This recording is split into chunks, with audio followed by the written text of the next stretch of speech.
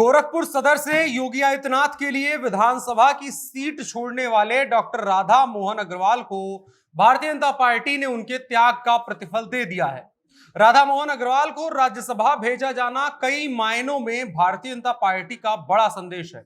सबसे बड़ी बात कि भारतीय जनता पार्टी अपने जमीनी नेताओं को संभाल कर रखना चाहती है। दूसरी तरफ अगर देखेंगे कांग्रेस और समाजवादी पार्टी, इन दोनों ने अपने कार्यकर्ताओं पर बिल्कुल ध्यान नहीं दिया है, अपने जो जमीनी नेता हैं उन पर ध्यान नहीं दिया है, बल्कि जो बड़े नाम थे, इधर उधर से बुलाए हुए नाम थे, उनको तरजीह दी है। राधा मोहन अग्रवाल के पास पूरे गोरखपुर में एक बड़ा जनाधार है और लोग उनकी बात को असल में मानते हैं। और माना जाता है कि जब विधानसभा का टिकट कटा था तभी यह साफ हो गया था कि राधा मोहन अग्रवाल को राज्यसभा ही भेजा जाएगा, और इसकी सूचना भी कहीं ना कहीं राधा मोहन तक पहुंचा दी गई थी। हालांकि जब उनका टिकट कटा था तब उन्होंने सोशल मीडिया पर एक कविता भी शेयर करी थी जिसके अलग अलग मायने निकाले गए थे और चर्चाओं में उनको समाजवादी पार्टी तक में भेज दिया गया था। लेकिन राधा मोहन अग्रवाल लगातार भारतीय जनता पार्टी के साथ टिके रहे।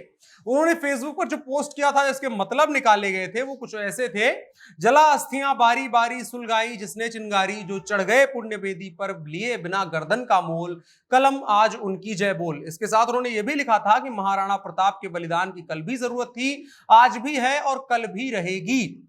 इसके मायने समझिए। योगी आदित्यनाथ के लिए गोरखपुर सदर सबसे मुफीद सीट थी। अयोध्या की बड़ी चर्चाएं चल रही थी, लेकिन गोरखपुर सदर ज्यादा मुफीद लगी और वहां पर राधा मोहन दास अग्रवाल 4 बार के भाजपा के विधायक थे, तो उनका सीट या पत्ता कटना बहुत बड़ा संदेश जा सकता था और कहीं ना कहीं गोरखपुर में टूट भी हो सकती थी। लेकिन राधा मोहन अग्रवाल ने सहर्ष इस चीज को स्वीकार किया और उसका आज प्रतिफल भी उनको मिला है।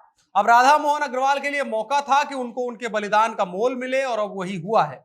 इसके अलावा एक और नेता हैं जिनको टिकट मिलने को लेकर कहा जा रहा है कि वो सिर्फ उनके अकेले को टिकट नहीं मिला है, बल्कि ये पार्टी के हर उस कार्यकर्ता को टिकट है जो दिन रात बिना स्वार्थ के काम करते रहते हैं। आइए जानते हैं उनके बारे में भी। नमस्कार, मेरा नाम है अनुराग मिश्रा और आप देख रहे हैं जनता जंक्शन।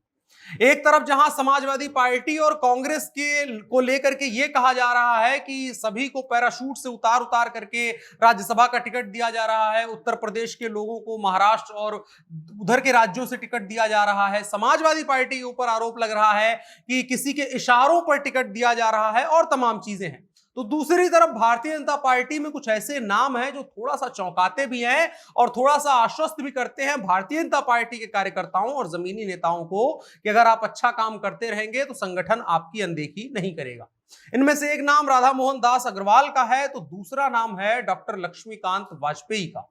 ये भी राधा मोहन अग्रवाल की तरह 4 बार के विधायक रहे हैं और इनके बारे में भी पूरी भाजपा में अच्छी राय है।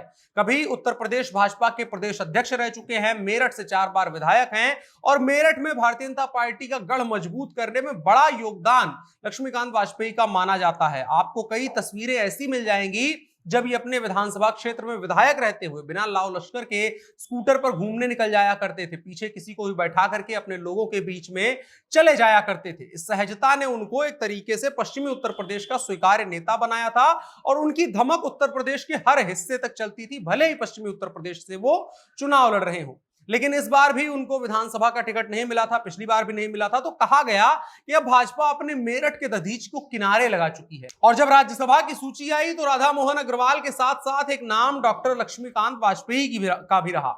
8 वर्षों का एक लंबा अंतराल रहा जब वाजपेयी बाहर चल रहे थे, किसी सदन का हिस्सा नहीं थे, लेकिन आखिरकार उनको मौका दिया गया। मेरठ में भाजपा को मजबूत करने का बड़ा श्रेय लक्ष्मीकांत वाजपेयी को जाता है और अब उनको टिकट देकर के भारतीय जनता पार्टी ने एक तरीके से अपने उन कार्यकर्ताओं को सम्मान दिया है जो बिना आगा पीछा सोचे भारतीय जनता पार्टी के साथ खड़े हो जाते हैं। इसके अलावा भारतीय जनता पार्टी के उत्तर प्रदेश कोटे से 4 और लोग राज्यसभा भेजे गए हैं। उनके नामों पर भी चर्चा करना जरूरी है, थोड़ी थोड़ी, और दिलचस्प भी है उनके नाम। पहला नाम सुरेंद्र सिंह नागर का है। 2014 में बसपा छोड़कर भाजपा में आए थे, 16 में एक बार उनको राज्यसभा भेजा गया, 19 में कार्यकाल खत्म हुआ। इसके बाद बाबूराम निषाद को भेजा जा रहा है। बुंदेलखंड प्रखंड के भाजपा अध्यक्ष रह चुके हैं, योगी सरकार में राज्य मंत्री रह चुके हैं, निषाद समुदाय से आते हैं, अमित शाह और उमा भारती से करीबी भी है उनकी, और एक तरीके से निषाद वोटरों की लॉबिंग में बड़ी भूमिका निभा सकते हैं। पिछली बार बीजेपी ने जयप्रकाश निषाद को राज्यसभा भेजा था, लेकिन इस बार उनकी जगह बाबूराम निषाद को राज्यसभा के नाम पर भेज दिया गया है, उनके नाम पर मुहर लगाई गई है। इसके अलावा एक और नाम दर्शना सिंह का है, उनको टिकट मिला है। भारतीय जनता पार्टी की महिला मोर्चा की राष्ट्रीय उपाध्यक्ष हैं और एक तरीके से अच्छा काम करती हुई दिखाई देती हैं। और आखिरी नाम संगीता यादव का है, इनको भी निष्ठा का इनाम मिला है। ये भी योगी आदित्यनाथ के शहर गोरखपुर से आती हैं। इनका भी पिछले चुनाव में विधानसभा का टिकट काटा गया था। निषाद पार्टी के उम्मीदवार को इनकी सीट दी गई थी। और खास ये भी है कि योगी आदित्यनाथ के जिले गोरखपुर से 2 राज्यसभा उम्मीदवार बनाए गए हैं और ये कहीं ना कहीं नया राजनीतिक केंद्र गोरखपुर को बनता हुआ भी दिखाता है। और पूर्वांचल में जो हमेशा रिस्क रहता है कि इलाका किधर भी पलट सकता है, किसी भी पार्टी को समर्थन में जा सकता है, बराबर की लड़ाई रहती है, तो समय समय पर ऐसे डोज मिलना, ऐसे राजनीतिक डोज मिलना कहीं ना कहीं बैलेंस को बनाए रखेगा और पूर्वांचल को जो साधने की मुश्किल तमाम राजनीतिक पार्टियों के साथ एक लंबे अरसे से चलती आई है उसको भी खत्म करेगा।